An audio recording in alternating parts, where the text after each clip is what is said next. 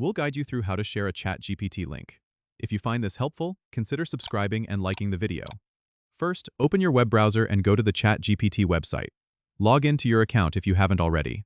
Once you're logged in, you'll see your chat history on the left-hand side of the screen. Find the specific chat you want to share with others. Click on it to open the conversation.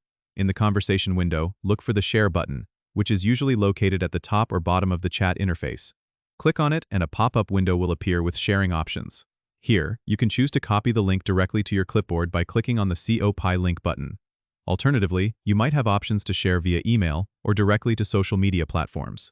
If you're using the copy link option, once copied, you can paste the link into an email, message, or any other platform where you want to share it.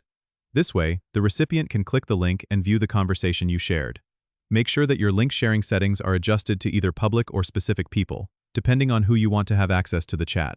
It's a good practice to double-check these settings to ensure privacy and security. And that's it.